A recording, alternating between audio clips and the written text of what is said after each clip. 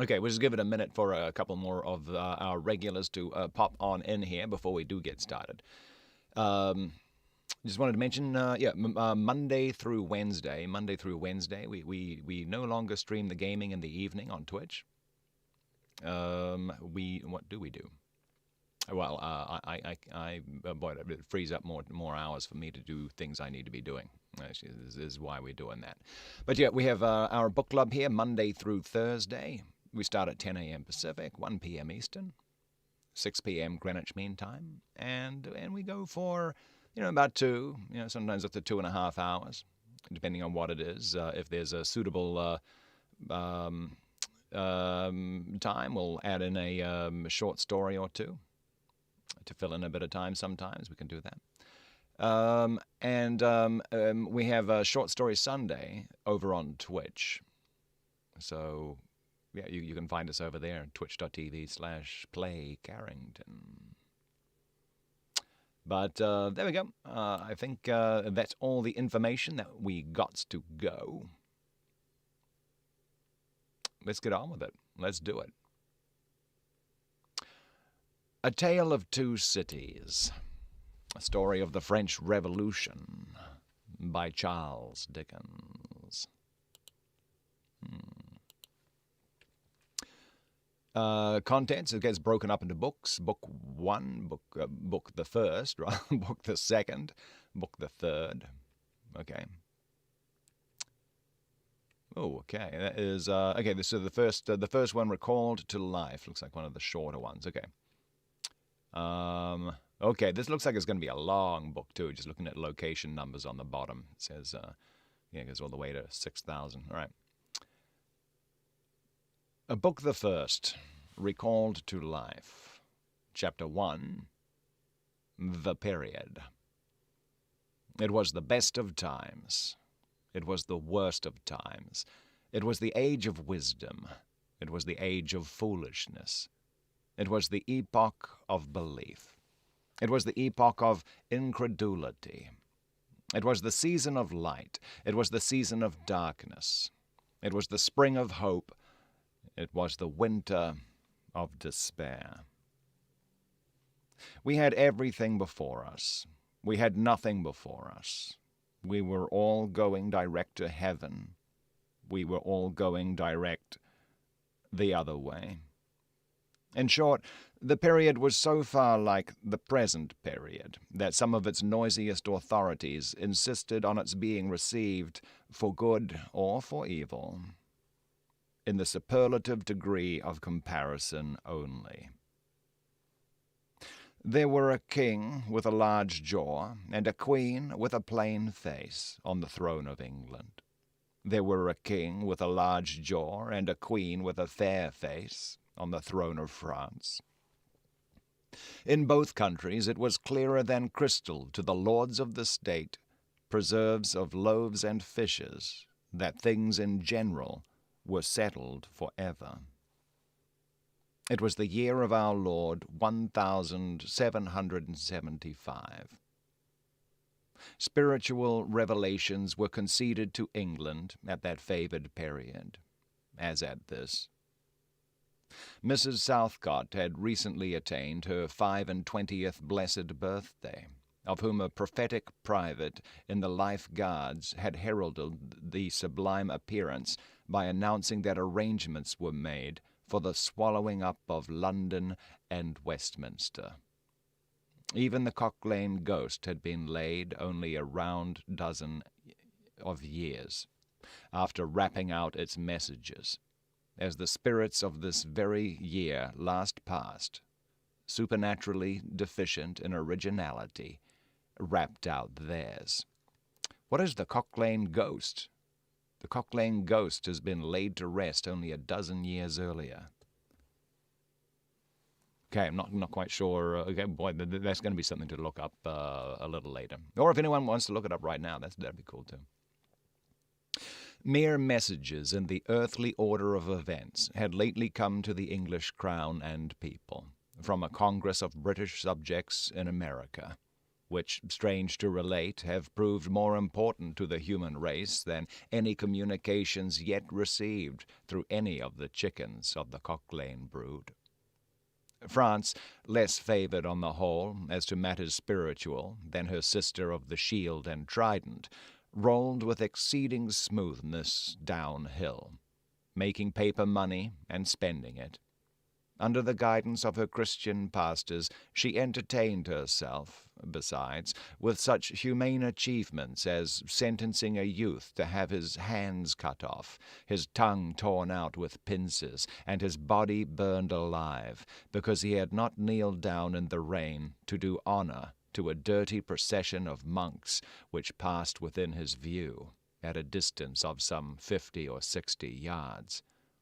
It is likely enough that, rooted in the woods of France and Norway, there were growing trees, when that sufferer was put to death, already marked by the woodman, fate, to come down and be sawn into boards, to make a certain movable framework with a sack and a knife in it.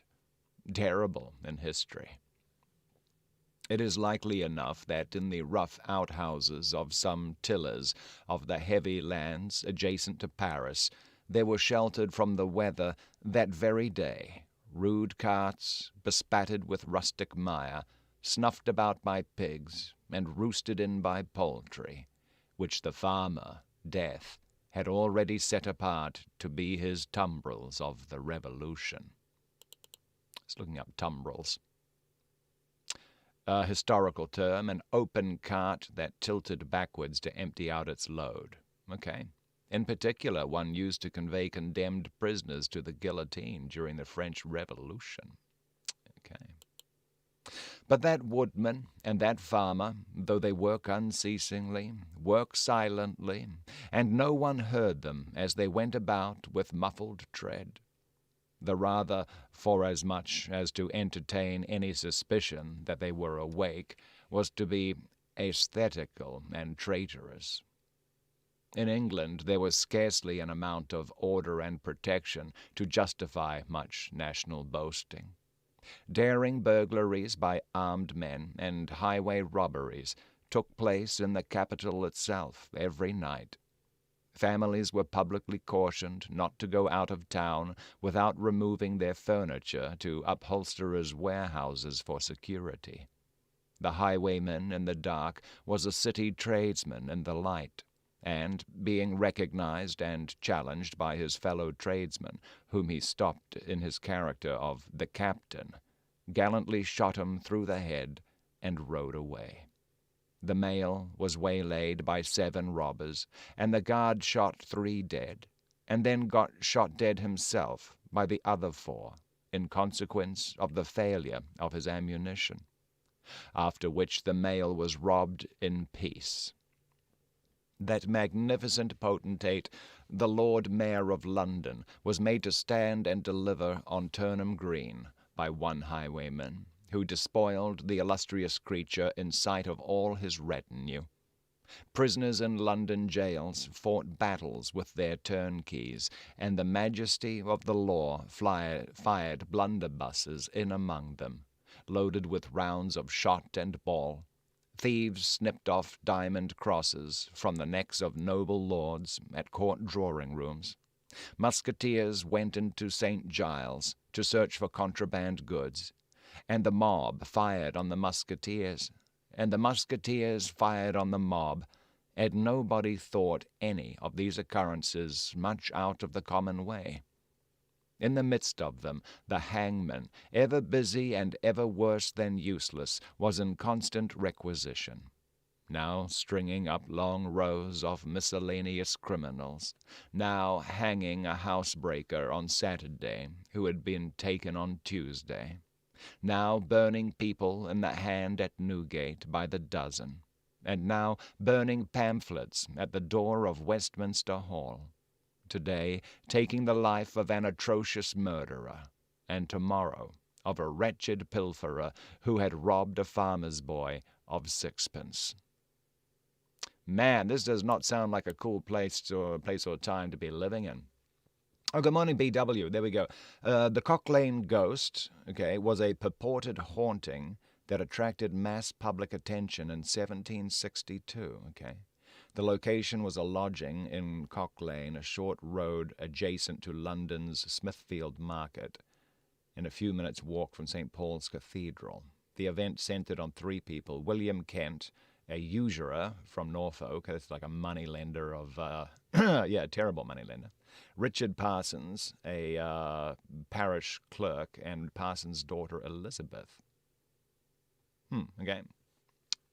Interesting. Okay, so it was an actual real event. Oh yeah, so this book, by the way, is supposed to be a historical novel, kind of set in amongst real events. Yeah, so actually I should not be surprised that we have historical things like that popping up and into it. All right, thank you for looking that up. Thank you for looking that up. All these things, and 1,000 like them, came to pass in and close upon the dear old year 1775. Environed by them, while the woodman and the farmer worked unheeded, those two of the large jaws, and those other two of the plain and the fair faces, trod with stir enough, and carried their divine rights with a high hand. Thus did the year 1775 conduct their greatnesses, and myriads of small creatures, the creatures of this chronicle among the rest, along the roads that lay before them. Man, this boy, oh boy, what a grim time to be living in. And if I remember right, it's only going to get worse. Boy, oh boy, this is going to be a tough read. This is going to be a very tough read. Man. Okay, so everything is in chaos in both. Why is that making noise? That should be muted. 1 second. It's supposed to be muted. Let me just fix that. Boom. There we go. All muted. There we go. A little sip of water here. Man. Yeah, boy, oh boy, yes. But the kings and queens of both London and England and France are both laying down the law,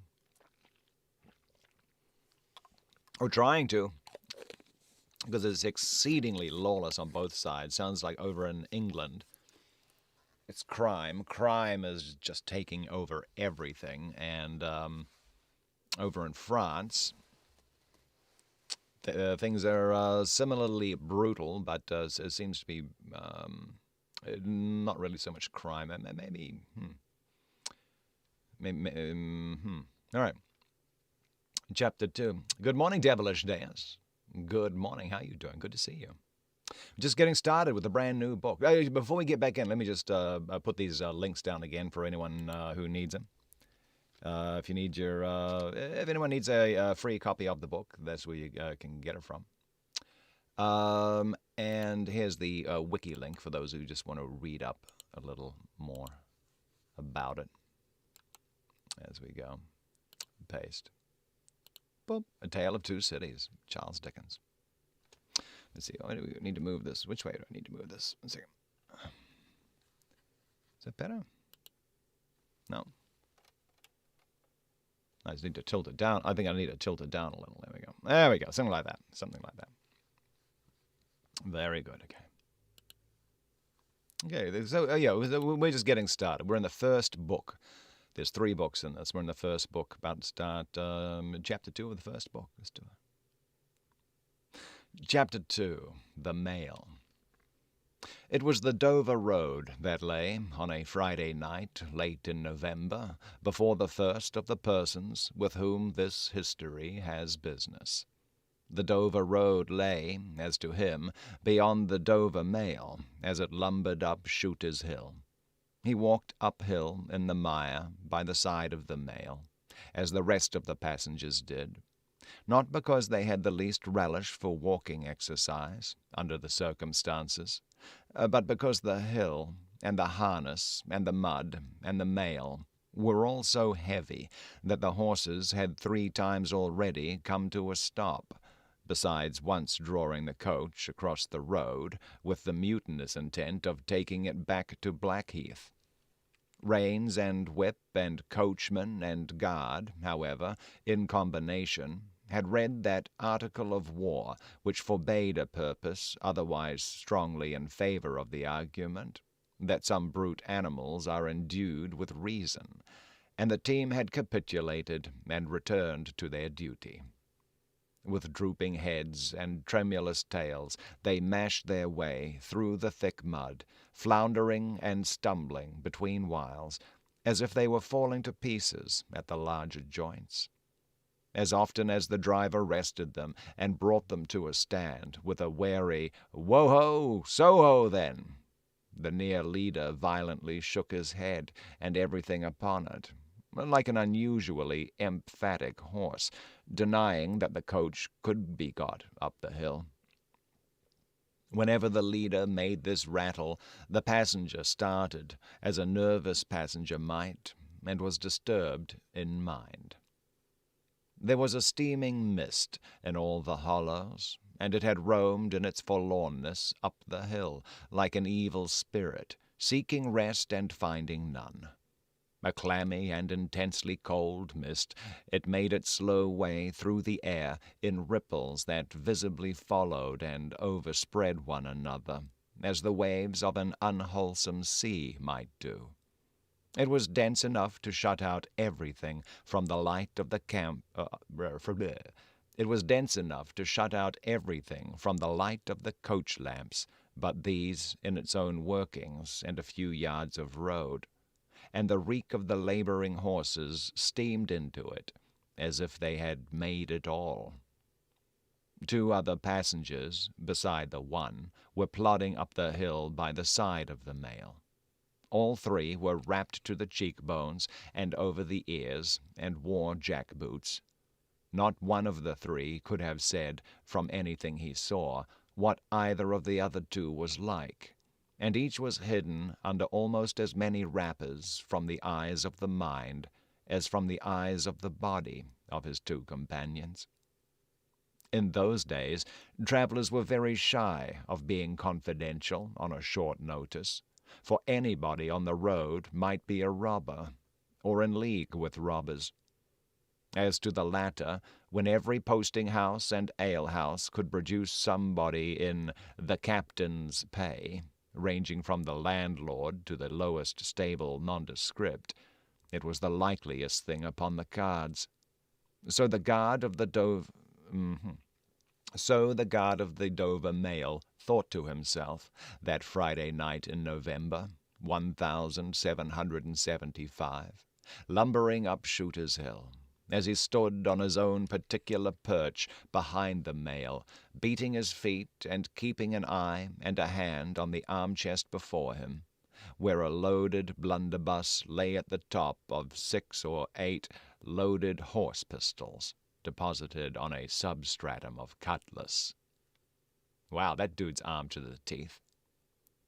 The Dover mail was in its usual genial position that the guard suspected the passengers suspected one another, and the guard, they all suspected everyone. Okay, I just had a OBS disconnection there. That's not good. Okay. Should be back. Okay. Let me know if things are looking a little weird. I had no dropped frames, but it just disconnected and then reconnected. Don't know why. Okay. Let's get on with it. The Dover mail was in its usual genial position that the guard suspected the passengers suspected one another, and the guard, they all suspected everyone else, and the coachman was sure of nothing but the horses, as to which cattle he could with a clear conscience have taken his oath on the 2 testaments that they were not fit for the journey. Yes, BW. Yes, it did. OBS disconnected and then reconnected. Yeah, so I backed up a paragraph. "Whoa-ho," said the coachman. So then, one more pull and you're at the top, and be damned to you, for I have had trouble enough to get you to it. Joe." "Hello," the guard replied. "What o'clock do you make it, Joe?" 10 minutes good past 11. "My blood," exclaimed the vexed coachman, "and not atop of shooters yet. Yah, get on with you." The emphatic horse, cut short by the whip in a most decided negative, made a decided scramble for it, and the 3 other horses followed suit. Once more the Dover mail struggled on, with the jack-boots of its passengers squashing along by its side. They had stopped when the coach stopped, and they kept close company with it. If any one of the 3 had had the hardihood to propose to another to walk on a little ahead into the mist and darkness, he would have put himself in a fair way of getting shot instantly as a highwayman. The last burst carried the mail to the summit of the hill. The horses stopped to breathe again, and the guard got down to skid the wheel for the descent and open the coach door to let the passengers in. "Joe," cried the coachman in a warning voice, looking down from his box. "What do you say, Tom?" They both listened. "I say a horse at a canter coming up, Joe." "I say a horse at a gallop, Tom," returned the guard, leaving his hold of the door and mounting nimbly to his place. "Gentlemen, in the King's name, all of you." With this hurried adjuration he cocked his blunderbuss and stood on the offensive. The passenger, booked by this history, was on the coach step getting in. The 2 other passengers were close behind him and about to follow. He remained on the step, half in the coach and half out of it. They remained in the road below him. They all looked from the coachman to the guard, and from the guard to the coachman, and listened. The coachman looked back, and the guard looked back, and even the emphatic leader pricked up his ears and looked back, without contradicting. The stillness consequent on the cessation of the rumbling and laboring of the coach, added to the stillness of the night, made it very quiet indeed. The panting of the horses communicated a tremulous motion to the coach, as if it were in a state of agitation. The hearts of the passengers beat loud enough, perhaps, to be heard, but at any rate the quiet pause was audibly expressive of people out of breath, and holding the breath, and having the pulses quickened by expectation. The sound of a horse at a gallop came fast and furiously up the hill. "Soho!" the guard sang out, as loud as he could roar. "Yo there, stand! I shall fire!" The pace was suddenly checked, and with much splashing and floundering, a man's voice called from the mist, "Is that the Dover mail?" "Never you mind what it is," the guard retorted. "What are you?" "Is that the Dover mail?" "Why do you want to know?" "I want a passenger, if it is." "What passenger?"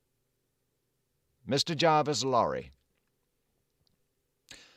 Our booked passenger showed in a moment that it was his name.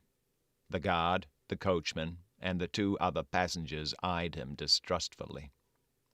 "Keep where you are," the guard called to the voice in the mist, "because if I should make a mistake, it could never be set right in your lifetime. Gentleman of the name of Lorry, answer straight." "What is the matter?" asked the passenger, then, with mildly quavering speech. "Who wants me? Is it Jerry?" "I don't like Jerry's voice if it is Jerry," growled the guard to himself. "He's hoarser than suits me, is Jerry." "Yes, Mr. Lorry." "What is the matter?" "A despatch sent after you from over yonder, T&Co." "I know this messenger, guard. said Mr. Lorry, getting down into the road, assisted from behind more swiftly than politely by the other two passengers, who immediately scrambled into the coach, shut the door, and pulled up the window. "He may come close. There's nothing wrong." "Well, I hope there ain't, but I can't make so nation sure of that," said the guard in gruff soliloquy. "Hello, you." "Well, and hello, you," said Jerry, more hoarsely than before. "Come on at a foot pace, do you mind me? And if you've got holsters to that saddle of yourn, don't let me see your hand go nigh 'em, for I'm a devil at a quick mistake, and when I make one it takes the form of lead. So now let's look at you." The figures of a horse and rider came slowly through the eddying mist, and came to the side of the mail, where the passenger stood. The rider stooped, and, casting up his eyes at the guard, handed the passenger a small folded paper. The rider's horse was blown, for both horse and rider were covered with mud, from the hoofs of the horse to the hat of the man. "Guard," said the passenger, in a tone of quiet business confidence. The watchful guard, with his right hand at the stock of his raised blunderbuss, his left at the barrel, and his eye on the horseman, answered curtly, "Sir." "There's nothing to apprehend.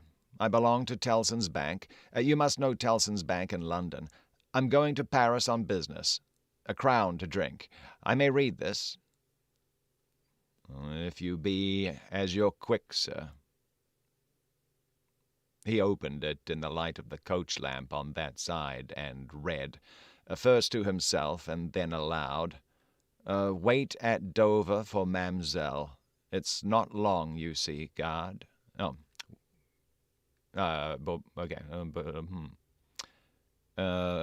So he opened it in the light of the coach lamp on that side, and read, first to himself and then aloud, "Wait at Dover for Mamselle."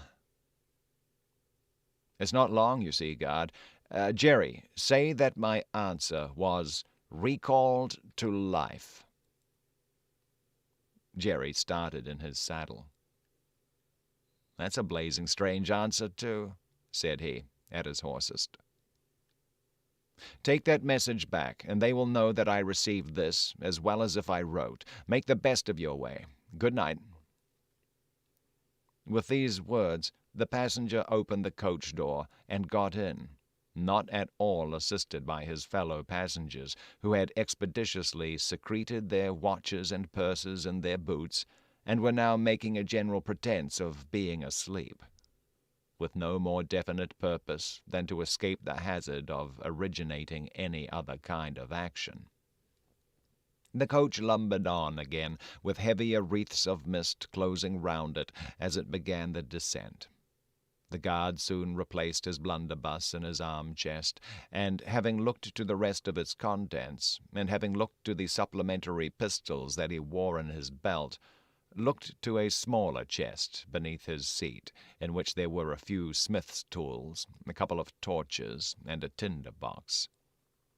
For he was furnished with that completeness that, if the coach lamps had been blown and stormed out, which did occasionally happen, he had only to shut himself up inside, keep the flint and steel sparks well off the straw, and get a light with tolerable safety and ease, if he were lucky, in 5 minutes.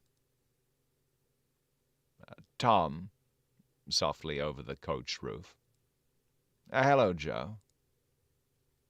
"Did you hear the message?" "I did, Joe." "What did you make of it, Tom?" "Nothing at all, Joe." "That's a coincidence, too," the guard mused, "for I made the same of it myself." Jerry, left alone in the mist and darkness, dismounted meanwhile, not only to ease his spent horse, but to wipe the mud from his face, and shake the wet out of his hat-brim, which might be capable of holding about half a gallon. After standing with the bridle over his heavily splashed arm until the wheels of the mail were no longer within hearing and the night was quite still again, he turned to walk down the hill. "After that there gallop from Temple Bar, old lady, I won't trust your forelegs till I get you on the level," said this hoarse messenger, glancing at his mare. Recalled to life. That's a blazing strange message. Much of that wouldn't do for you, Jerry. I say, Jerry, you'd be in a blazing bad way if recalling to life was to come into fashion, Jerry. Good morning, Rose. Good morning. Good to see you. Yeah. Yeah, it's a tale of two cities. A tale of two cities. We're just starting, we're just got to the end of chapter 2 of book 1. Yeah. Very good. And there's Melissa. Melissa popping on up. Hey. Very good. Oh, man. Let's see, where we at? Oh, I need to mute that tab. There we go. Boy, okay, so we're off to a good start. This is going to be some difficult reading, but that's okay. That's okay. And I'm taking it super light on voice characterization in this one here because I'm suspecting there's going to be a zillion characters. This one, so we're just gonna take it easy with that. Shadow's getting some Z's. All right. Well, he might pop in a little later. Okay, but everyone's with the story so far, right? A little cryptic that message. This is very detailed stuff too. Very detailed.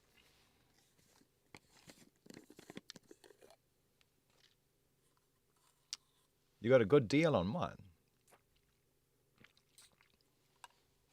Alrighty. People popping into chat. I like that. Oh, this is the part where I'm like, if you feel a need to share this stream, there's a couple of share buttons there. See, I got a copy, a link to tweet. This is what I stuck in on Twitter this morning. There we go. A little, if anyone needs to share that or share the video with your friends on Twitter and Facebook and all that. Up and sharded. All right. Okay. Thank you, Rose. Thank you. Yes, it is. You can get it from. You have to look for the free one on Amazon. Actually, it's linked down below in the description. I put the link to the free version on Amazon. Actually, both the links are in Discord too, for Amazon and for Gutenberg, depending on where you want to get it from. Yeah, it's definitely in the public domain. Yeah. Tale of Two Cities. Okay, so. Into Book 1, Chapter 3, The Night Shadows. Oh, let me put, before we get in there, and the wiki link for it is right here. One sec, copy. Just in case anyone needs to, just in case anyone needs the wiki link. Chapter 3, The Night Shadows. A wonderful fact to reflect upon, that every human creature is constituted to be that profound secret and mystery to every other. A solemn consideration, when I enter a great city by night, that every one of those darkly clustered houses encloses its own secret, that every room in every one of them encloses its own secret, that every beating heart in the hundreds of thousands of breasts there is, in some of its imaginings, a secret to the heart nearest it. Something of the awfulness, even of death itself, is referable to this. No more can I turn the leaves of this dear book that I loved, and vainly hope in time to read it all. No more can I look into the depths of this unfathomable water, wherein, as momentary lights glanced into it, I have had glimpses of buried treasure, and other things submerged. It was appointed that the book should shut with a spring, for ever and for ever, when I had read but a page. It was appointed that the water should be locked in an eternal frost, when the light was playing on its surface, and I stood in ignorance on the shore. My friend is dead, my neighbor is dead, my love, the darling of my soul, is dead. It is the inexorable consolidation and perpetuation of the secret that was always in that individuality, and which I shall carry in mine to my life's end. In any of the burial places of this city through which I pass, is there a sleeper more inscrutable than its busy inhabitants are, in their innermost personality, to me, or than I am to them? As to this, his natural and not to be alienated inheritance, the messenger on horseback had exactly the same possessions as the king, the first minister of state, or the richest merchant in London. So with the 3 passengers shut up in the narrow compass of one lumbering old mail coach. They were mysteries to one another, as complete as if each had been in his own coach and 6, or his own coach and 60, with the breadth of a county between him and the next.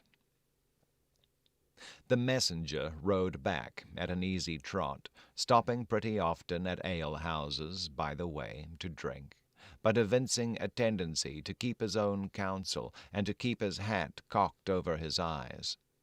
He had eyes that assorted very well with that decoration, being of a surface black, with no depth in the color or form, and much too near together, as if they were afraid of being found out in something singly, if they kept too far apart. They had a sinister expression under an old cocked hat like a 3-cornered spittoon, and over a great muffler for the chin and throat, which descended nearly to the wearer's knees. When he stopped for drink, he moved this muffler with his left hand, only while he poured his liquor in with his right. As soon as that was done, he muffled again. "No, Jerry, no," said the messenger, harping on one theme as he rode. "It wouldn't do for you, Jerry. Jerry, you honest tradesman, it wouldn't suit your line of business. Recalled. Bust me if I don't think he had been a-drinking." His message perplexed his mind to that degree that he was fain, several times, to take off his hat to scratch his head. Except on the crown, which was raggedly bald, he had stiff black hair standing jaggedly all over it and growing downhill almost to his broad, blunt nose. It was so like Smith's work, so much more like the top of a strongly spiked wall than a head of hair, that the best of players at leapfrog might have declined him as the most dangerous man in the world to go over. While he trotted back with the message he was to deliver to the night watchman in his box at the door of Tellson's Bank, by Temple Bar, who was to deliver it to greater authorities within, the shadows of the night took such shapes to him as arose out of the message, and took such shapes to the mare as arose out of her private topics of uneasiness. They seemed to be numerous, for she shied at every shadow on the road. What time the mail coach lumbered, jolted, rattled, and bumped up upon its tedious way, with its 3 fellow inscrutables inside, to whom likewise the shadows of the night revealed themselves in the forms their dozing eyes and wandering thoughts suggested. Tellson's Bank had a run upon it in the mail. As the bank passenger, with an arm drawn through the leathern strap, which did what lay in it to keep him from pounding against the next passenger and driving him into his corner whenever the coach got a special jolt, nodded in his place, with half-shut eyes, the little coach windows and the coach lamp dimly gleaming through them, and the bulky bundle of opposite passenger became the bank and did a great stroke of business. The rattle of the harness was the chink of money, and more drafts were honored in 5 minutes than even Tellson's, with all its foreign and home connection, ever paid in thrice the time. Then the strong rooms underground at Tellson's, with such of their valuable stores and secrets as were known to the passenger, and it was not a little that he knew about them, opened before him, and he went in among them with the great keys and the feebly burning candle, and found them safe and strong and sound and still, just as he had last seen them. But though the bank was almost always with him, and though the coach, in a confused way, like the presence of pain under an opiate, was always with him, there was another current of impression that never ceased to run all through the night. He was on his way to dig someone out of a grave. Now, which of the multitude of faces that showed themselves before him was the true face of the buried person? The shadows of the night did not indicate, but they were all the faces of a man of 45 by years, and they differed principally in the passions they expressed, and in the ghastliness of their worn and wasted state. Pride, contempt, defiance, stubbornness, submission, lamentation succeeded one another. So did varieties of sunken cheek, cadaverous color, emaciated hands and figures. But the face was in the main one face, and every head was prematurely white. 100 times the dozing passenger inquired of this spectre, "Buried how long?" The answer was always the same, "Almost 18 years." "You had abandoned all hope of being dug out?" "Long ago." "You know that you are recalled to life?" "They tell me so." "I hope you care to live?" "I can't say." "Shall I show her to you? Will you come and see her?" The answers to this question were various and contradictory. Sometimes the broken reply was, "Wait, it would kill me if I saw her too soon." Sometimes it was given in a tender rain of tears, and then it was, "Take me to her." Sometimes it was staring and bewildered, and then it was, "I don't know her, I don't understand." After such imaginary discourse, the passenger in his fancy would dig and dig, now with a spade, now with a great key, now with his hands, to dig this wretched creature out. Got out at last, with earth hanging about his face and hair, he would suddenly fan away to dust. The passenger would then start to himself, and lower the window to get the reality of mist and rain on his cheek. Yet even when his eyes were opened on the mist and rain, on the moving patch of light from the lamps, and the hedge at the roadside retreating by jerks, the night shadows outside the coach would fall into the train of the night shadows within. The real banking house by Temple Bar, the real business of the past day, the real strong rooms, the real express sent after him, and the real message returned would all be there. Out of the midst of them the ghostly face would rise, and he would accost it again. "Buried how long?" "Almost 18 years. "I hope you care to live?" "I can't say." Dig.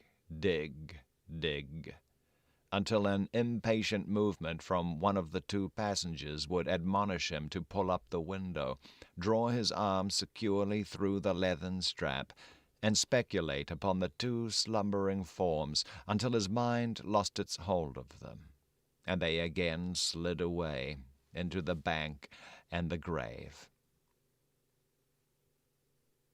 Buried how long? Almost 18 years. You had abandoned all hope of being dug out. Long ago. The words were still in his hearing as just spoken, distinctly in his hearing as ever spoken words had been in his life, when the wary passenger started to the consciousness of daylight and found that the shadows of night were gone. He lowered the window and looked out at the rising sun. There was a ridge of ploughed land, with a plough upon it, where it had been left last night when the horses were unyoked.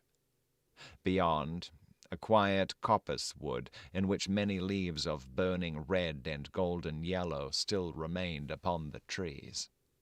Though the earth was cold and wet, the sky was clear, and the sun rose bright, placid, and beautiful. 18 years, said the passenger, looking at the sun. Gracious Creator of day, to be buried alive for 18 years. All right, I'm just going to take a quick little peek at the wiki here. Man.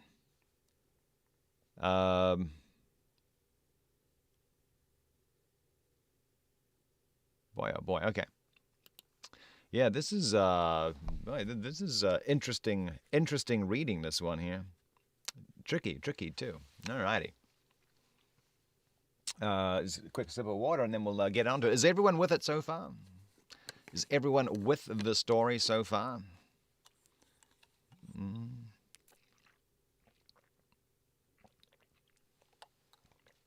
I think so. I hope so. I think Devilish Deus is. All righty.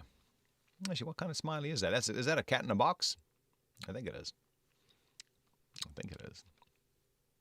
All right, let's continue. Chapter 4, The Preparation. Okay. So you're doing some school paperwork as well. Yeah. Okay. Dual tasking. Nice. Chapter 4, The Preparation.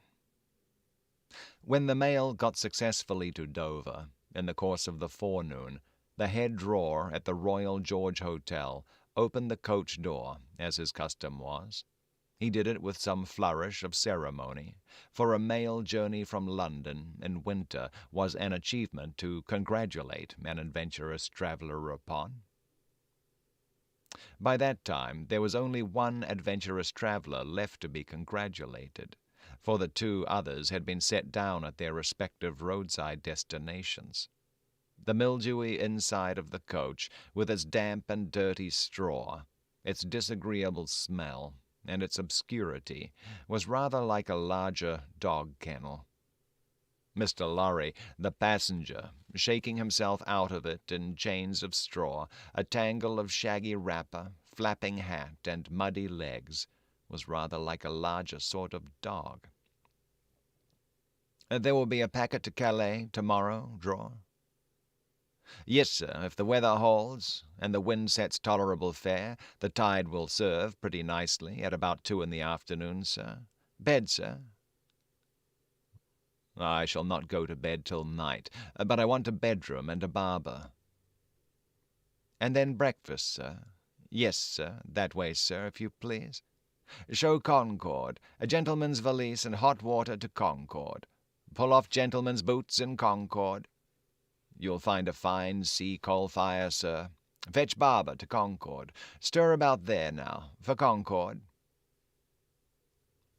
The Concord bedchamber, being always assigned to a passenger by the mail, and passengers by the mail being always heavily wrapped up from head to foot, the room had the odd interest for the establishment of the Royal George that although but one kind of man was seen to go into it, all kinds and varieties of men came out of it.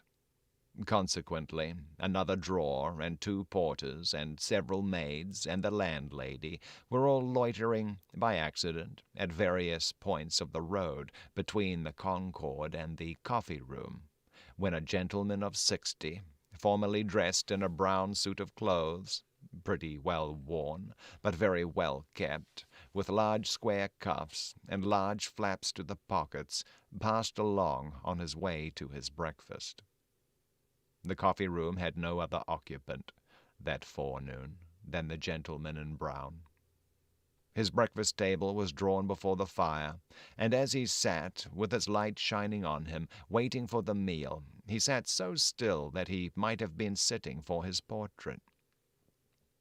Very orderly and methodical he looked, with a hand on each knee, and a loud watch ticking a sonorous sermon under his flapped waistcoat, as though it pitted its gravity and longevity against the levity and evanescence of the brisk fire. He had a good leg, and was a little vain of it, for his brown stockings fitted sleek and close, and were of a fine texture. His shoes and buckles, too, though plain, were trim.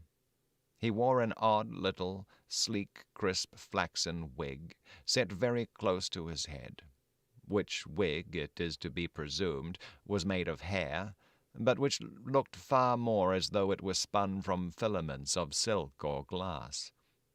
His linen, though not of a fineness in accordance with his stockings, was as white as the tops of the waves that broke upon the neighboring beach, or the specks of sail that glinted in the sunlight far at sea. A face habitually suppressed and quieted was still lighted up under the quaint wig by a pair of moist, bright eyes, that it must have cost their owner, in years gone by, some pains to drill to the composed and reserved expression of Tellson's Bank. He had a healthy color in his cheeks, and his face, though lined, bore few traces of anxiety. But perhaps the confidential bachelor clerks in Tellson's Bank were principally occupied with the cares of other people, and perhaps second-hand cares, like second-hand clothes, come easily off and on. Completing his resemblance to a man who was sitting for his portrait, Mr. Lorry dropped off to sleep. The arrival of his breakfast roused him, and he said to the drawer, as he moved his chair to it, "I wish accommodation prepared for a young lady who may come here at any time today. She may ask for Mr. Jarvis Lorry, or she may only ask for a gentleman from Tellson's Bank. Please to let me know." "Yes, sir. Tellson's Bank in London, sir." "Yes." "Yes, sir. We have oftentimes the honour to entertain your gentlemen in their travelling backwards and forwards betwixt London and Paris, sir. A vast deal of travelling, sir, in Tellson and Company's house." "Yes, we are quite a French house, as well as an English one." "Yes, sir. Not much in the habit of such travelling yourself, I think, sir." "Not of late years. It's 15 years since I came last from France." "Indeed, sir. That was before my time here, sir. Before our people's time here, sir. The George was in other hands at that time, sir." "I believe so." "But I would hold a pretty wager, sir, that a house like Tellson and Company was flourishing a matter of 50, not to speak of 15, years ago." "You might treble that, and say 150, yet not be far from the truth." "Indeed, sir." Rounding his mouth and both his eyes as he stepped backward from the table, the waiter shifted his napkin from his right arm to his left, dropped into a comfortable attitude, and stood surveying the guest while he ate and drank, as from an observatory or watchtower, according to the immemorial usage of waiters in all ages. When Mr. Lorry had finished his breakfast, he went out for a stroll on the beach. The little, narrow, crooked town of Dover hid itself away from the beach, and ran its head into the chalk cliffs like a marine ostrich. The beach was a desert of heaps of sea and stones tumbling wildly about, and the sea did what it liked, and what it liked was destruction. It thundered at the town, and thundered at the cliffs, and brought the coast down madly. The air among the houses was of so strong a piscatory flavor that one might have supposed sick fish went up to be dipped in it, as sick people went down to be dipped in the sea. A little fishing was done in the port, and a quantity of strolling about by night, and looking seaward, particularly at those times when the tide made, and was near flood. Small tradesmen, who did no business whatever, sometimes unaccountably realized large fortunes, and it was remarkable that nobody in the neighborhood could endure a lamplighter. Is that,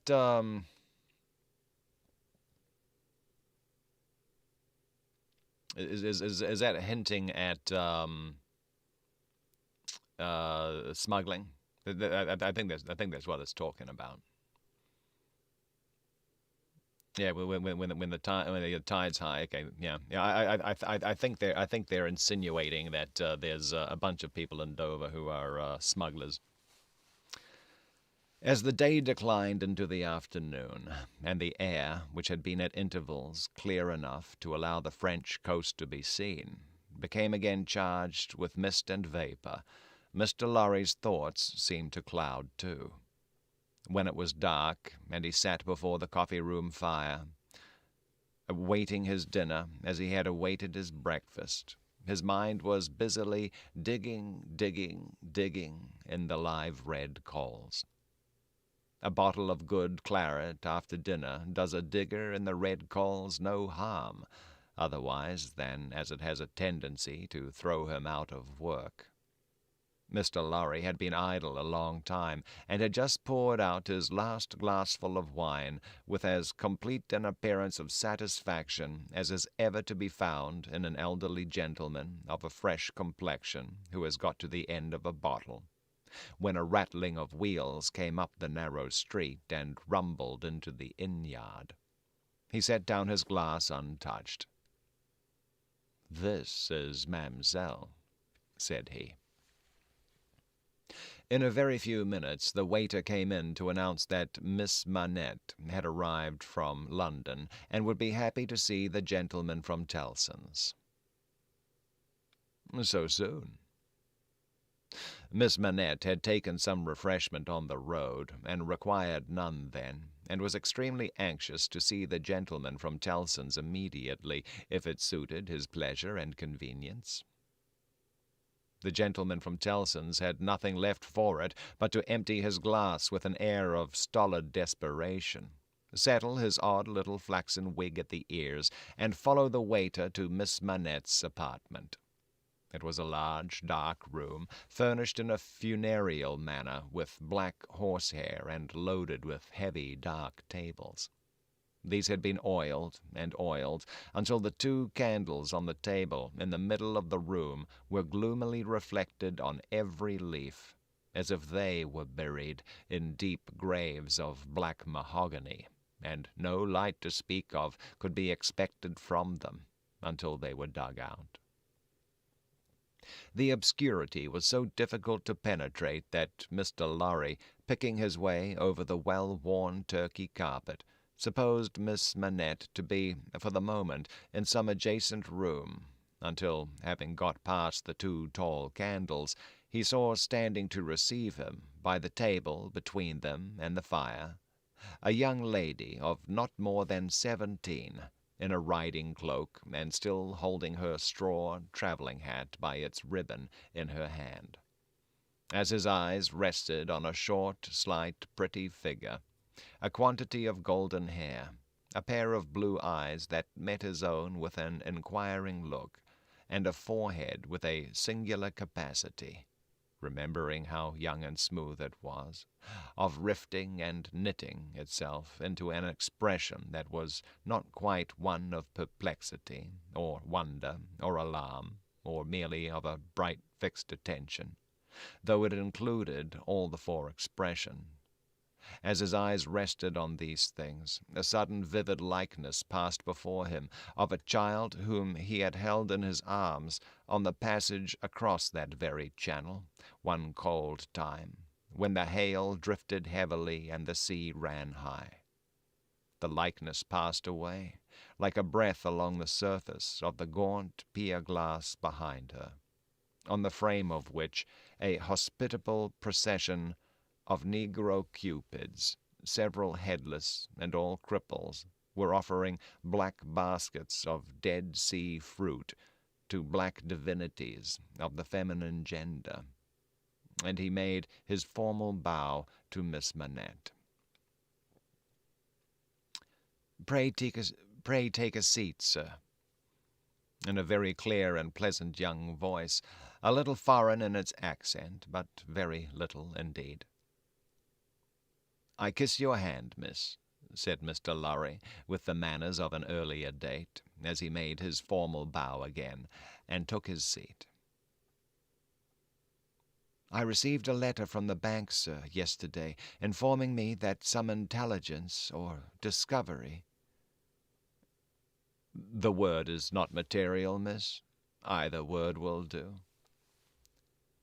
"Respecting the small property of my poor father, whom I never saw, so long dead." Mr. Lorry moved in his chair and cast a troubled look towards the hospital procession of Negro cupids, as if they had any help for anybody in their absurd baskets. "Rendered it necessary that I should go to Paris, there to communicate with a gentleman of the bank, so good as to be dispatched to Paris for the purpose." "Myself." "As I was prepared to hear, sir." She curtsied to him. Young ladies made curtsies in those days, with a pretty desire to convey to him that she felt how much older and wiser he was than she. He made another bow. "I replied to the bank, sir, that as it was considered necessary by those who know, and who are so kind as to advise me, that I should go to France, and that as I am an orphan and have no friend who could go with me, I should esteem it highly if I might be permitted to place myself during the journey under that worthy gentleman's protection. The gentleman had left London, but I think a messenger was sent after him to beg the favor of his waiting for me here." "I was happy," said Mr. Lorry, "to be entrusted with the charge. I shall be more happy to execute it." "Sir, I thank you indeed. I thank you very gratefully. It was told me by the bank that the gentleman would explain to me the details of the business, and that I must prepare myself to find them of a surprising nature. I have done my best to prepare myself, and I naturally have a strong and eager interest to know what they are." "Naturally," said Mr. Lorry. "Yes, After a pause, he added, again settling the crisp flaxen wig at the ears, "It is very difficult to begin." He did not begin, but in his indecision met her glance. The young forehead lifted itself into that singular expression, but it was pretty and characteristic, besides being singular, and she raised her hand as if with an involuntary action. She caught it. Well, boy, let me start that sentence again.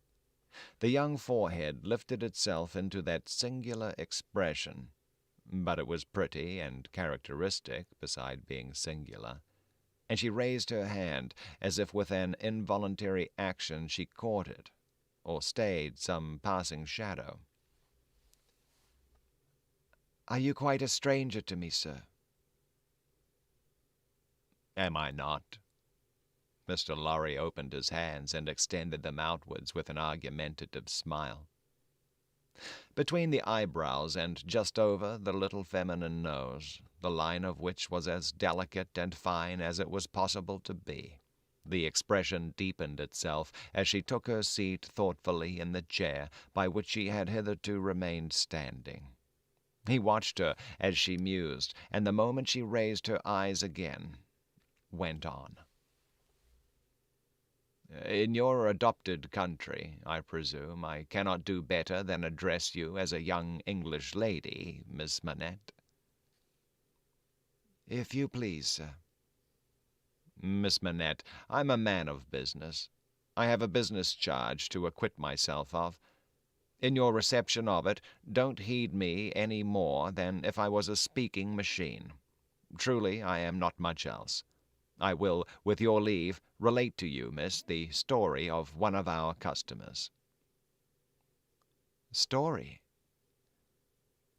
He seemed wilfully to mistake the word she had repeated, when he added, in a hurry, "Yes, customers. In the banking business we usually call our connection our customers. He was a French gentleman, a scientific gentleman, a man of great acquirements, a doctor." "Not of Beauvais?" "Why, yes, of Beauvais. Like Monsieur Manette, your father, the gentleman was of Beauvais. Like Monsieur Manette, your father, the gentleman was of repute in Paris. I had the honor of knowing him there. Our relations were business relations, but confidential. I was at that time in our French house, and had been, 20 years." "At that time, I may ask, at what time, sir?" "I speak, miss, of 20 years ago. He married an English lady, and I was one of the trustees. His affairs, like the affairs of many other French gentlemen and French families, were entirely in Tellson's hands. In a similar way I am, or I have been, a trustee of one kind or other for scores of our customers. These are mere business relations, miss. There is no friendship in them, no particular interest, nothing like sentiment. I have passed from one to another in the course of my business life, just as I pass from one of our customers to another in the course of my business day. In short, I have no feelings. I am a mere machine. To go on." "But this is my father's story, sir, and I begin to think—" The curiously roughened forehead was very intent upon him. "That when I was left an orphan, through my mother's surviving my father only 2 years, it was you who brought me to England. I am almost sure it was you." Mr. Lorry took the hesitating little hand that confidingly advanced to take his, and he put it with some ceremony to his lips. He then conducted the young lady straightway to her chair again, and holding the chair back with his left hand, and using his right by turns to rub his chin, pull his wig at the ears, or point what he said, stood looking down into her face, while she sat looking up into his. "Miss Manette, it was I. And you will see how truly I spoke of myself just now, in saying I had no feelings, and that all the relations I hold with my fellow creatures are mere business relations, when you reflect that I have never seen you since. No, you have been the ward of Tellson's house since, and I have been busy with other business of Tellson's house since. Feelings. I have no time for them, no chance of them. I pass my whole life, miss, in turning an immense pecuniary mangle."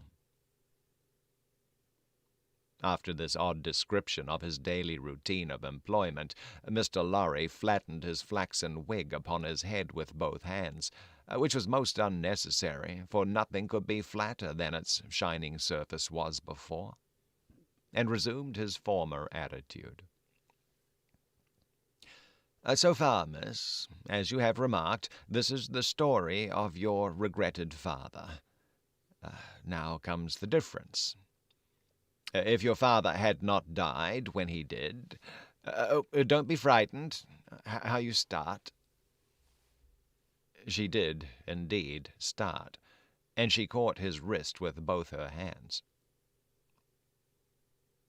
"Pray," said Mr. Lorry, in a soothing tone, bringing his left hand from the back of the chair to lay it upon the supplicatory fingers that clasped him in so violent a tremble, "pray control your agitation.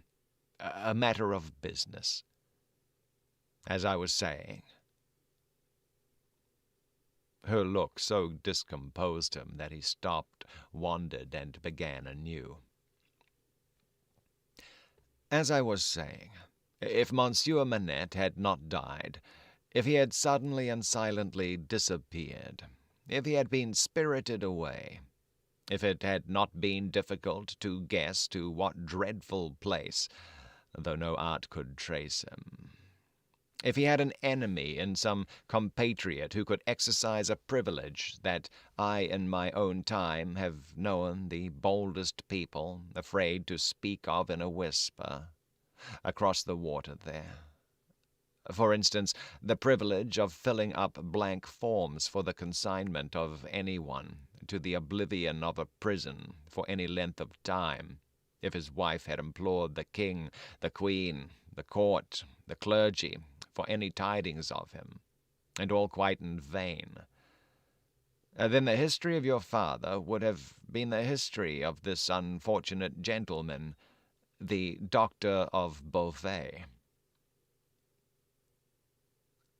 "I entreat you to tell me more, sir." "I will. I am going to. You can bear it."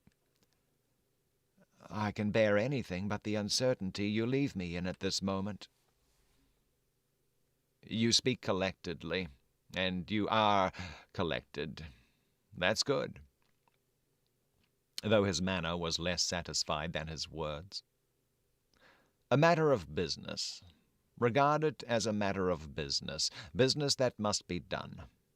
Now, if this doctor's wife, though a lady of great courage and spirit, had suffered so intensely from this cause before her little child was born—" "The little child was a daughter, sir."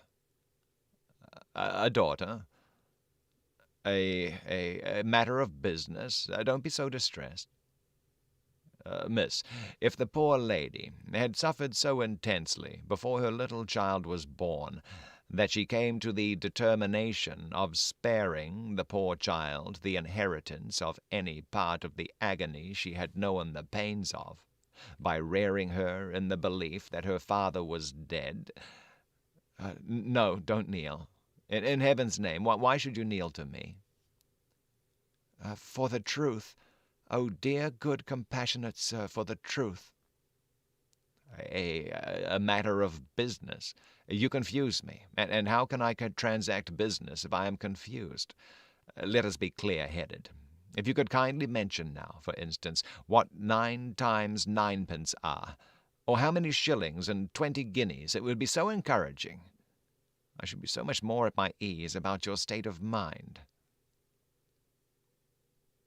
Without directly answering to this appeal, she sat so still when he had very gently raised her, and the hands that had not ceased to clasp his wrists were so much more steady than they had been, that she communicated some reassurance to Mr. Jarvis Lorry. That's right. Courage. Business. You have business before you. Useful business. Miss Manette, your mother took this course with you. And when she died, I believe broken-hearted, having never slackened her unavailing search for your father, she left you at 2 years old, to grow to be blooming, beautiful, and happy, without the dark cloud upon you of living in uncertainty, whether your father soon wore his heart out in prison or wasted there through many lingering years." As he said the words, he looked down with an admiring pity on the flowing golden hair, as if he pictured to himself that it might have been already tinged with grey. "You know that your parents had no great possession, and that what they had was secured to your mother and to you. There has been no new discovery of money or of any other property. But—" He felt his wrist held closer, and he stopped. The expression in the forehead, which had so particularly attracted his notice, and which was now immovable, had deepened into one of pain and horror. "But he has been found. He is alive. Greatly changed, it is too probable. Almost a wreck, it is possible, though we will hope for the best. Still alive. Your father has been taken to the house of an old servant in Paris, and we are going there. I to identify him if I can, you to restore him to life, love, duty, rest, comfort." A shiver ran through her frame, and from it through his. She said in a low, distinct, awe-stricken voice, as if she were saying it in a dream, "I am going to see his ghost. It will be his ghost, not him." Mr. Lorry quietly chafed the hands that held his arm.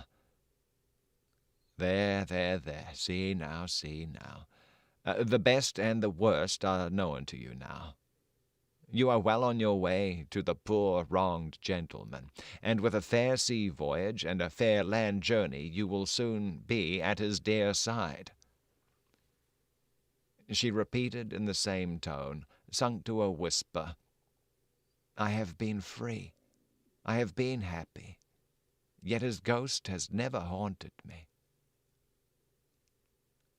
"Only one thing more," said Mr. Lorry, laying stress upon it as a wholesome means of enforcing her attention. "He has been found under another name. His own long forgotten, or long concealed. It would be worse than useless now to inquire which, worse than useless to seek to know whether he has been for years overlooked or always designedly held prisoner. It would be worse than useless now to make any inquiries, because it would be dangerous. Better not to mention the subject anywhere or in any way, and to remove him, for a while at all events, out of France. Even I, safe as an Englishman, and even Tellson's, important as they are to French credit, avoid all maiming of the matter.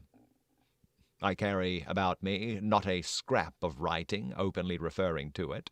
This is a secret service altogether. My credentials, entries, and memoranda are all comprehended in the one line, 'recalled to life,' which may mean anything. But what is the matter? She doesn't notice a word. Miss Manette." Perfectly still and silent, and not even fallen back in her chair, she sat under his hand, utterly insensible, with her eyes open and fixed upon him, and with that last expression looking as if it were carved or branded into her forehead. So close was her hold upon his arm that he feared to detach himself, lest he should hurt her. Therefore he called out loudly for assistance, without moving. A wild-looking woman, whom even in his agitation Mr. Lorry observed to be all of a red color, and to have red hair, and to be dressed in some extraordinary tight-fitting fashion, and to have on her head a most wonderful bonnet, like a grenadier wooden measure, and good measure too, or a great Stilton cheese. came running into the room in advance of the inn servants, and soon settled the question of his detachment from the poor young lady, by laying a brawny hand upon his chest and sending him flying back against the nearest wall. "I really think this must be a man," was Mr. Lorry's breathless reflection, simultaneously with his coming against the wall. "Why, look at you all," bawled this figure, addressing the inn servants. "Why don't you go and fetch things, instead of standing there staring at me? I'm not so much to look at, am I? Why don't you go and fetch things? I'll let you know, if you don't bring smelling salts, cold water, and vinegar. Quick, I will." "What?" "I'll let you know."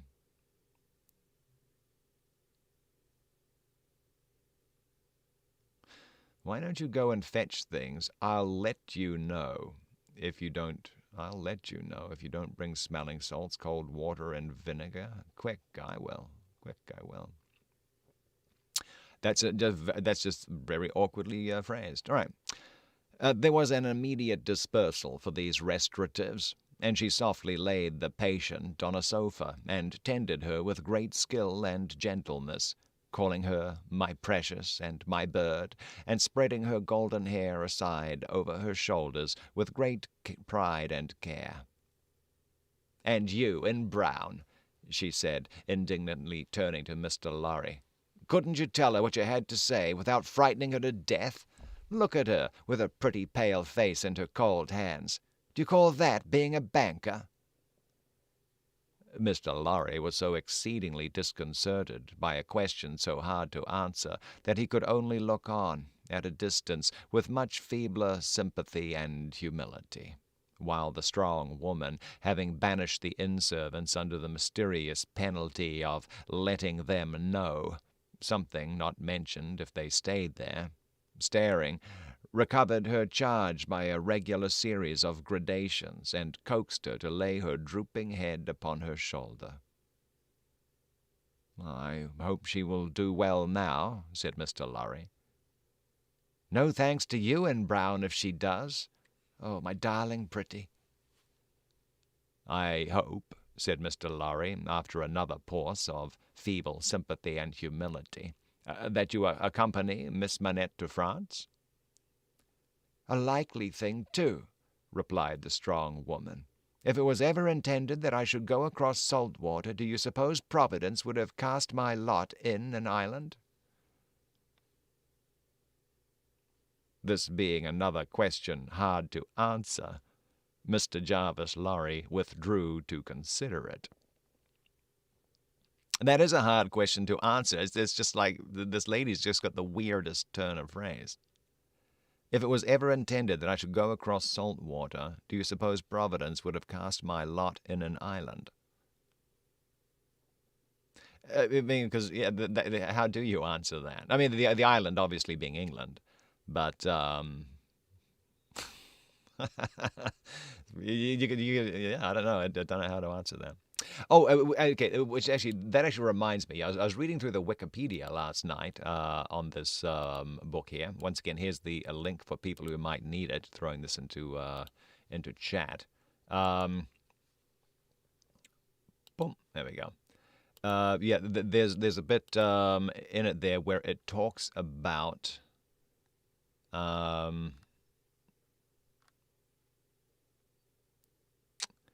It talks about the weird turns of phrase that people have in it.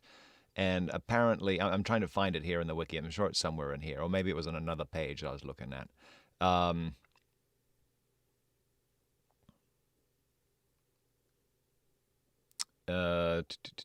Oh yeah, okay, yeah, it is in here. It's under the analysis section there. Okay, it says Dickens uses literal translations of French idioms for characters who cannot speak English, such as "What the devil do you do in that galley there?" and "Where is my wife? Here you see me."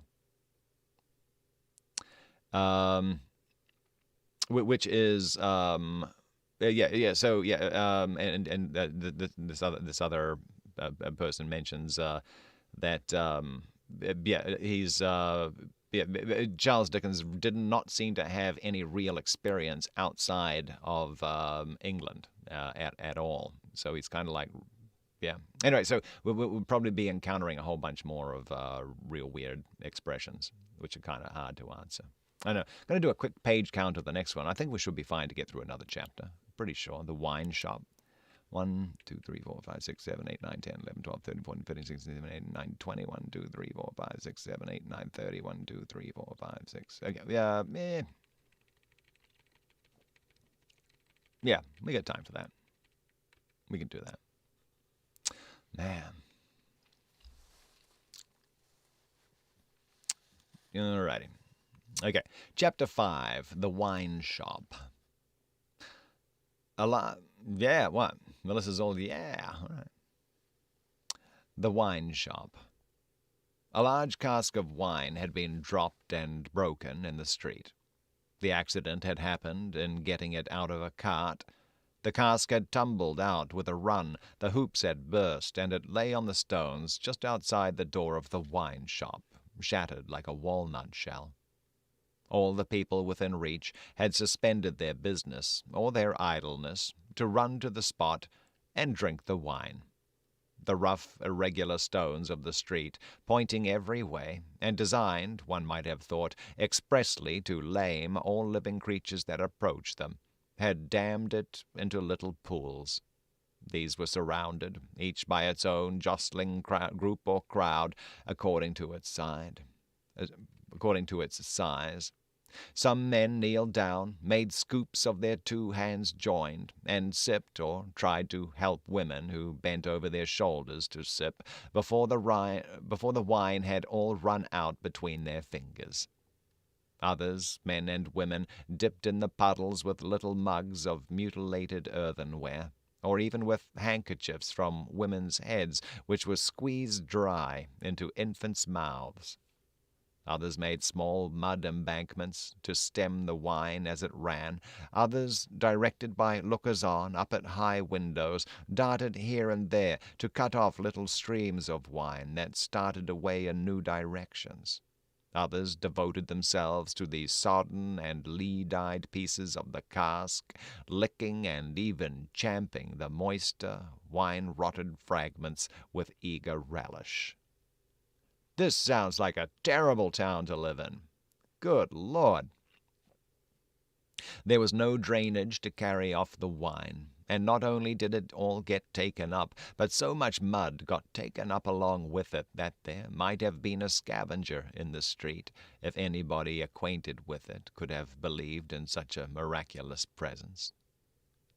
A shrill sound of laughter and of amused voices of men, women, and children, resounded in the street while this wine game lasted. There was little roughness in the sport and much playfulness. There was a special companionship in it, an observable inclination on the part of everyone to join some other one, which led, especially among the luckier or lighter-hearted, to frolicsome embraces, drinking of healths, shaking of hands, and even joining of hands, and dancing, a dozen together. When the wine was gone, and the places where it had been most abundant were raked into a gridiron pattern by fingers, these demonstrations ceased as suddenly as they had broken out. The man who had left his saw sticking in the firewood he was cutting set it in motion again. The women who had left on a doorstep the little pot of hot ashes, at which she had been trying to soften the pain in her own starved toes and fingers, or in those of her child, returned to it. Men with bare arms, matted locks, and cadaverous faces, who had emerged into the winter light from cellars, moved away to descend again, and a gloom gathered on the scene that appeared more natural to it than sunshine. The wine was red wine, and had stained the ground of the narrow street in the suburb of Saint-Antoine, in Paris, where it was spilled. It had stained many hands, too, and many faces, and many naked feet, and many wooden shoes. The hands of the man who sawed the wood left red marks on the billets, and the forehead of the woman who nursed her baby was stained with the stain of the old rag she wound about her head again.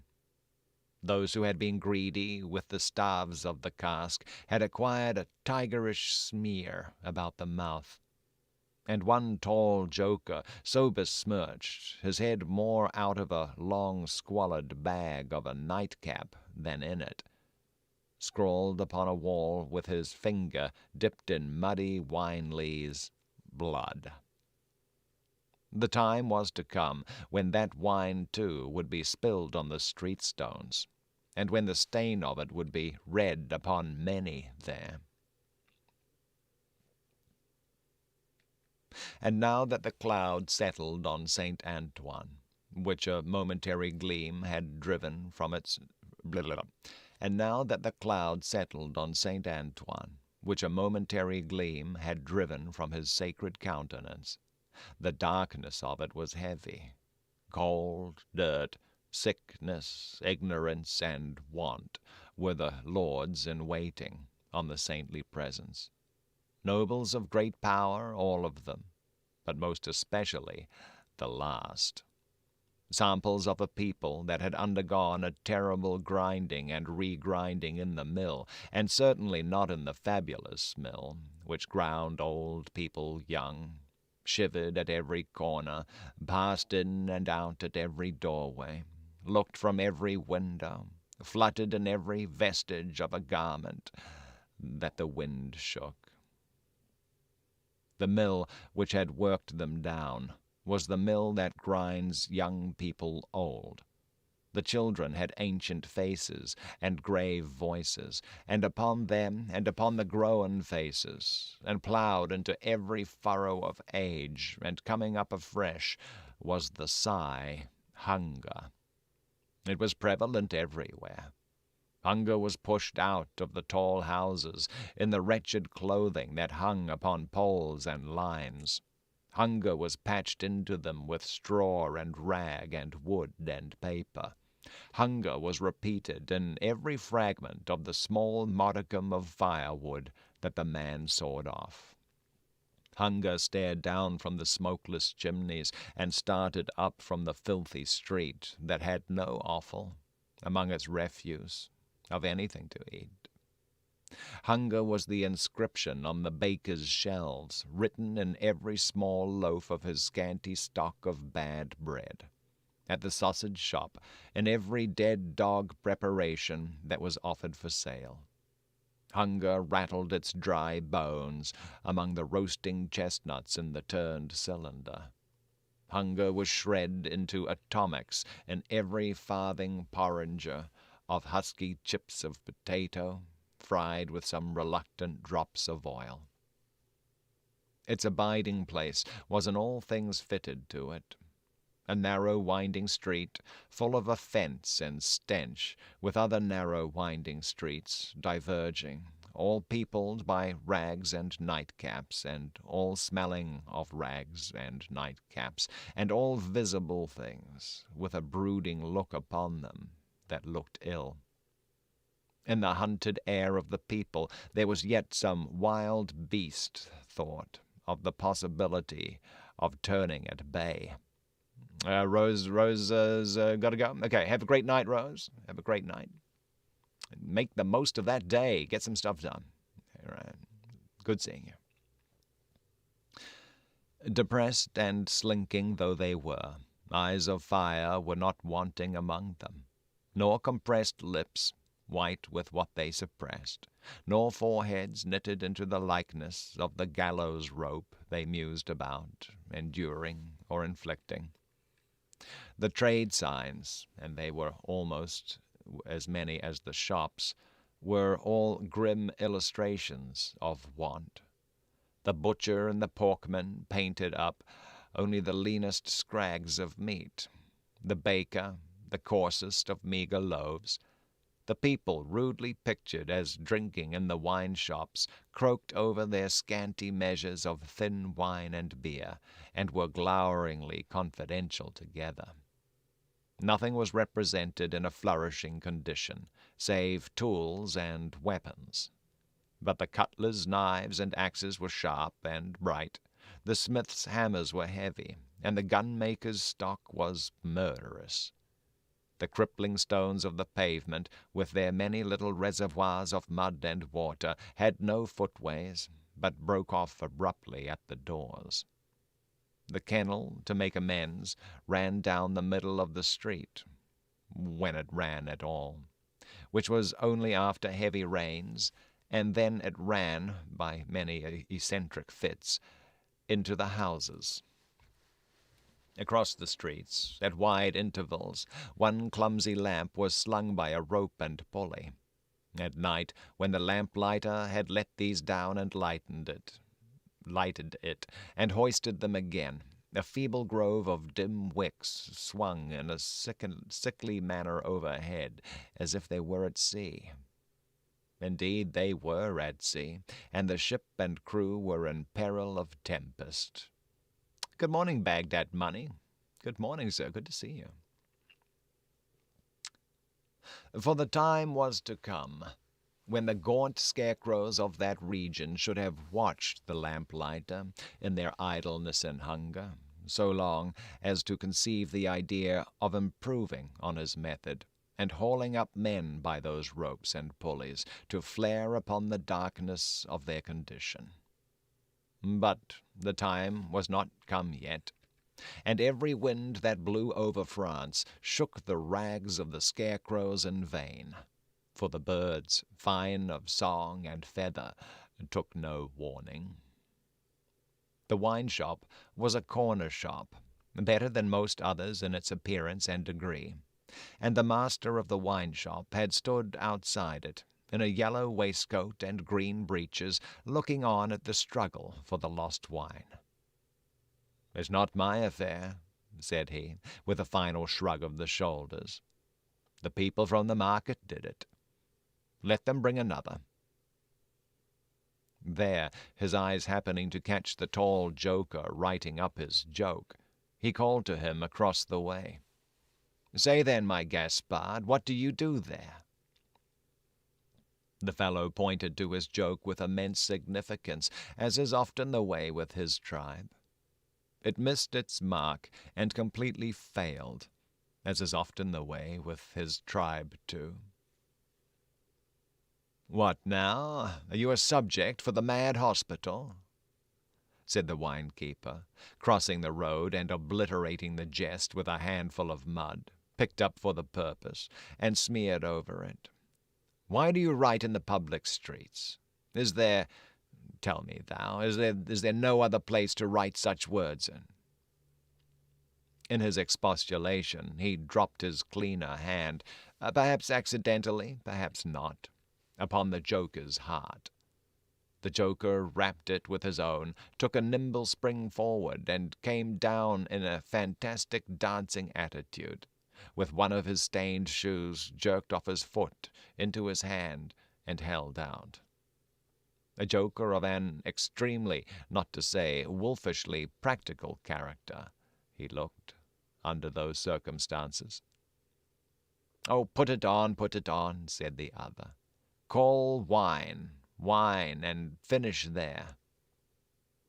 With that advice he wiped his soiled hand upon the joker's dress, such as it was, quite deliberately, as having dirtied the hand on his account, and then recrossed the road and entered the wine-shop.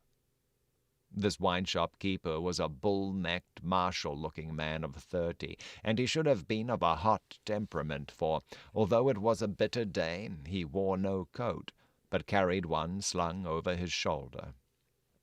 His shirt-sleeves were rolled up, too, and his brown arms were bare to the elbows.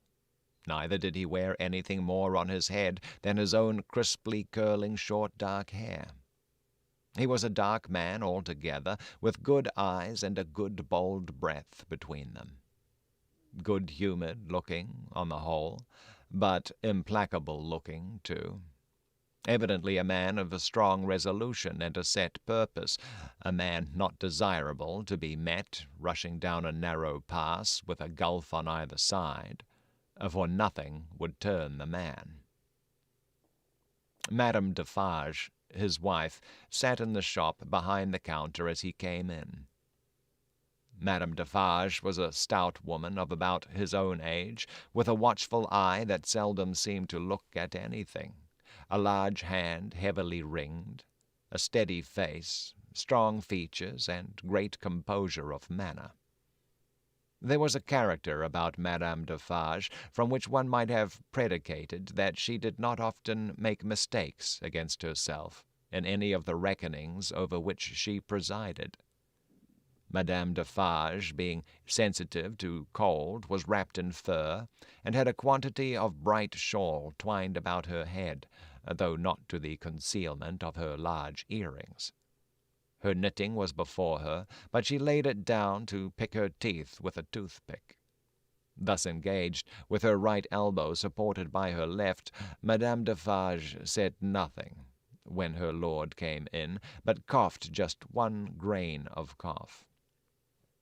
This, in combination with the lifting of her darkly defined eyebrows over her toothpick by the breadth of a line, suggested to her husband that he would do well to look round the shop among the customers for any new customer who had dropped in while he stepped over the way. The wine-shop keeper accordingly rolled his eyes about until they rested upon an elderly gentleman and a young lady who were seated in a corner. Other company were there, 2 playing cards, 2 playing dominoes, 3 standing by the counter, lengthening out a short supply of wine. As he passed behind the counter, he took notice that the elderly gentleman said in a look to the young lady, "This is our man." "What the devil do you do in that galley there?" said Monsieur Defarge to himself. "I don't know you." But he feigned not to notice the 2 strangers, and fell into discourse with the triumvirate of customers who were drinking at the counter. "How goes it, Jacques?" said one of these 3 to Monsieur Defarge. "Is all the spilt wine swallowed?" "Every drop, Jack," answered Monsieur Defarge.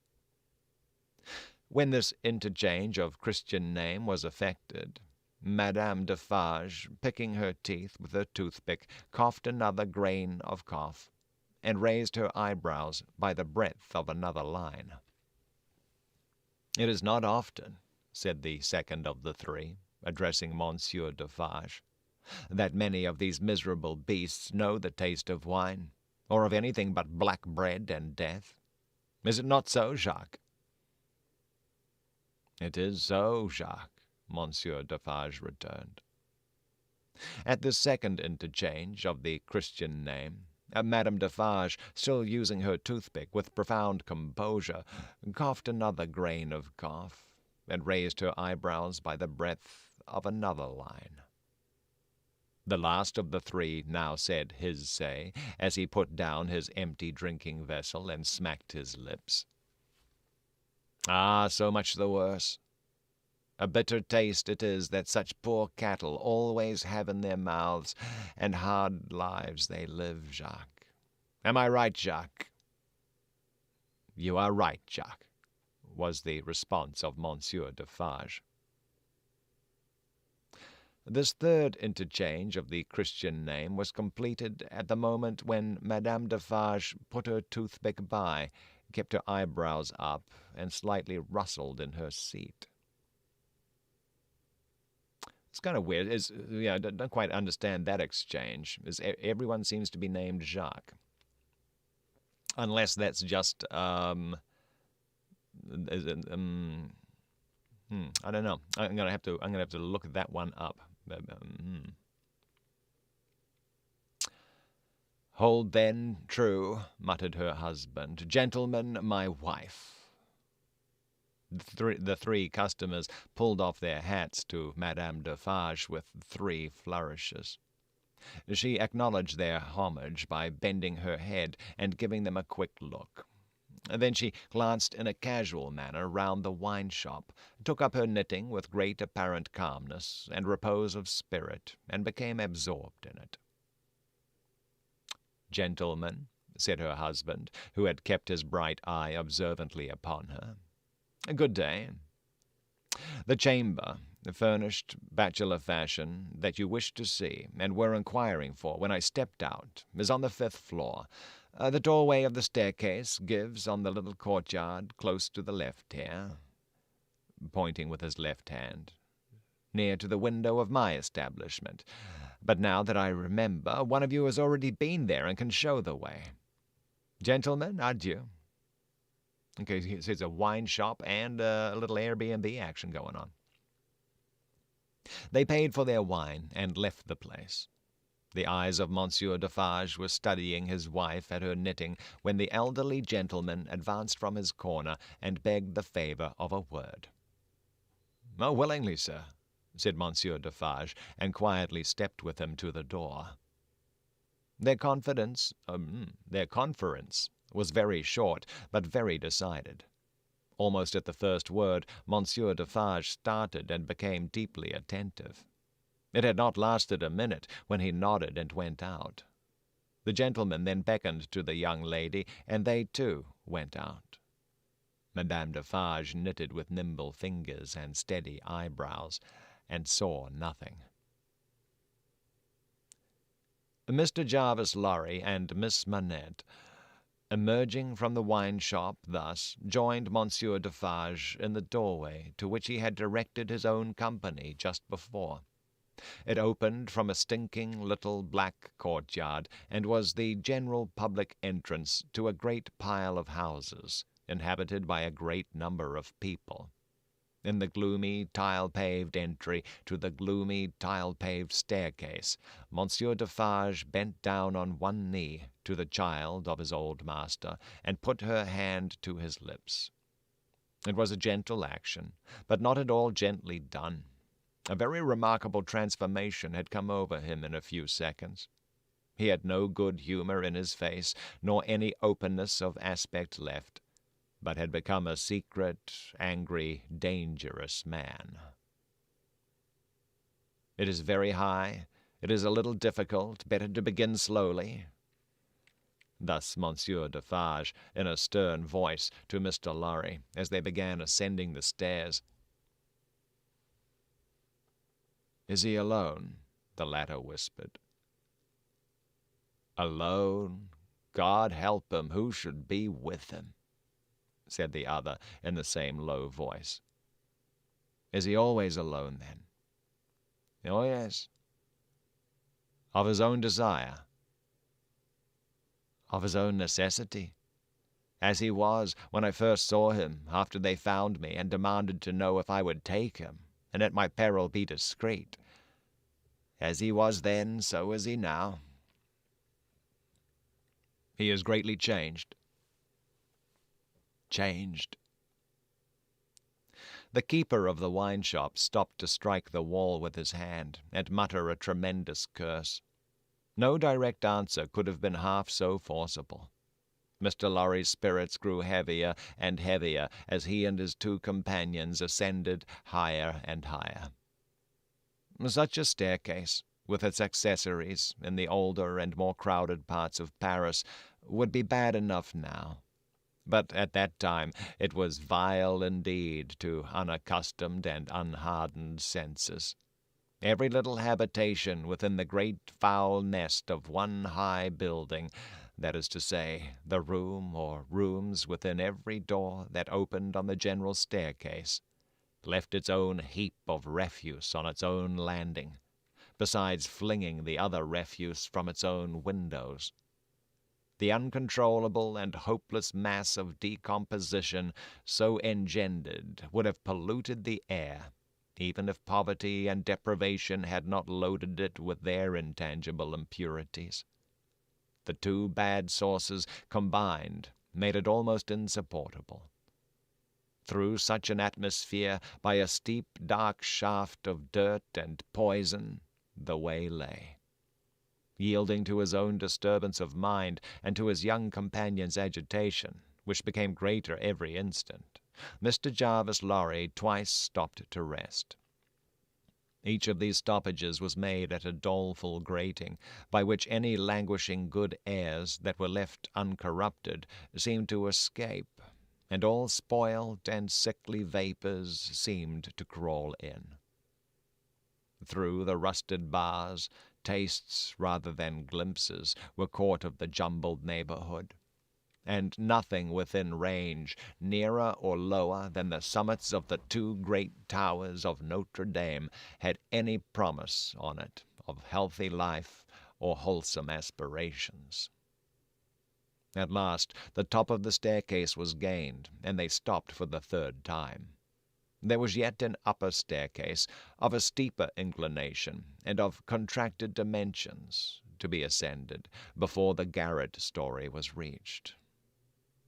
The keeper of the wine-shop, always going a little in advance, and always going on the side which Mr. Lorry took, as though he dreaded to be asked any question by the young lady, turned himself about here, and carefully feeling in the pockets of the coat he carried over his shoulder, took out a key. "The door is locked, then, my friend?" said Mr. Lorry, surprised. "Aye, yes," was the grim reply of Monsieur Defarge. "You think it necessary to keep the unfortunate gentleman so retired?" "I think it necessary to turn the key." Monsieur Defarge whispered it closer in his ear, and frowned heavily. "Why?" "Why? Because he has lived so long locked up that he would be frightened, rave, tear himself to pieces, die, come to I know not what harm, if his door was left open." "Is it possible?" exclaimed Mr. Lorry. "Is it possible?" repeated Defarge bitterly. "Yes, and a beautiful world we live in when it is possible, and when many other such things are possible, and not only possible, but done. Done, see you, under that sky there every day. Long live the devil! Let us go on." This dialogue had been held in so very low a whisper that not a word of it had reached the young lady's ears. But by this time she trembled under such strong emotion, and her face expressed such deep anxiety, and above all such dread and terror, that Mr. Lorry felt it incumbent on him to speak a word or two of reassurance. "Courage, dear miss, courage, business. The worst will be over in a moment. It is but passing the room door, and the worst is over. Then all the good you bring to him, all the relief, all the happiness you bring to him, begin. Let our good friend here assist you on that side. That's well, friend Defarge. Come now, business, business." They went up slowly and softly. The staircase was short, and they were soon at the top. There, as it had an abrupt turn in it, they came all at once in sight of three men, whose heads were bent down close together at the side of a door, and who were intently looking into the room to which the door belonged through some chinks or holes in the wall. On hearing footsteps close at hand, these three turned and rose, and showed themselves to be the three of one name, who had been drinking in the wine-shop. "I forgot them in the surprise of your visit," explained Monsieur Defarge. "Leave us, good boys, we have business here." The three glided by, and went silently down. There appearing to be no other door on that floor, and the keeper of the wine-shop going straight to this one when they were left alone, Mr. Lorry asked him in a whisper, with a little anger, "Do you make a show of Monsieur Manette?" "I show him in the way you have seen to a chosen few." "Is that well?" I think it is well. Who are the few? How do you choose them? I choose them as real men of my name. Jacques is my name, to whom the sight is likely to do good.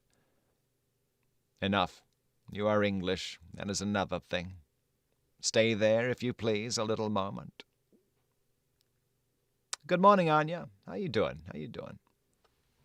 Good to see you. You're working hard. Anya's working hard. With an admonitory gesture to keep them back, he stooped and looked in through the crevice in the wall. Soon, raising his head again, he struck twice or thrice upon the door, evidently with no other object than to make a noise there. With the same intention he drew the key across it 3 or 4 times before he put it clumsily into the lock and turned it as heavily as he could. The door slowly opened inward under his hand, and he looked into the room and said something. A faint voice answered something. Little more than a single syllable could have been spoken on either side. He looked back over his shoulder and beckoned them to enter. Mr. Lorry got his arm securely round the daughter's waist and held her, for he felt that she was sinking. Business, he urged, with a moisture that was not of business shining on his cheek. Come in. I'm afraid of it, she answered, shuddering. Of it? What? I mean of him, of my father. Rendered in a manner desperate by her state and by the beckoning of their conductor, he drew over his neck the arm that shook upon his shoulder, lifted her a little, and hurried her into the room. He sat her down just within the door and held her, clinging to him.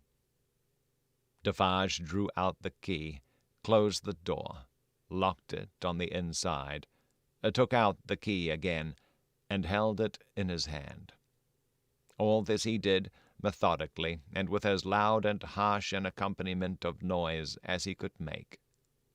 Finally, he walked across the room with a measured tread to where the window was. He stopped there, and faced round. The garret, built to be a depository for firewood and the like, was dim and dark, for the window of dormer shape was in truth a door in the roof, with a little crane over it for the hoisting up of stores from the street, unglazed and closing up the middle in 2 pieces like any other door of French construction. To exclude the cold, one half of this door was fast closed, and the other was opened but a very little way. Such a scanty portion of light was admitted through these means that it was difficult, on first coming in, to see anything, and long habit alone could have slowly formed in any one the ability to do any work requiring nicety in such obscurity.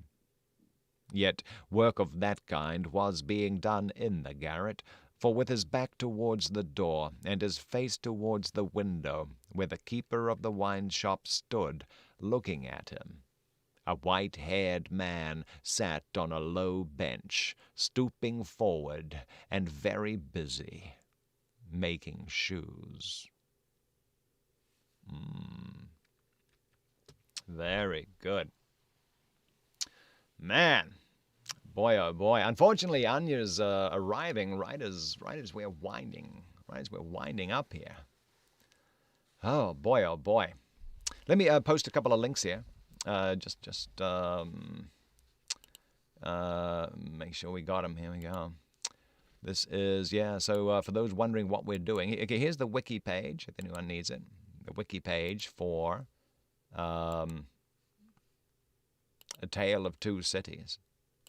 Man, it's been pretty intense so far, but boy, oh boy, there's a few turns of phrases in here which are kind of awkward. It was the worst of times to join.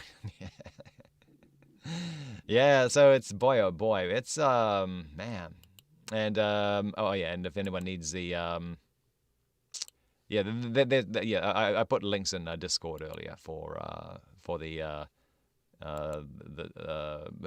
if you want a free digital download. Here's the one to Gutenberg.org. That's not the one I'm using. Yeah, I got the one from the Amazon Kindle store because it was free and it synced up.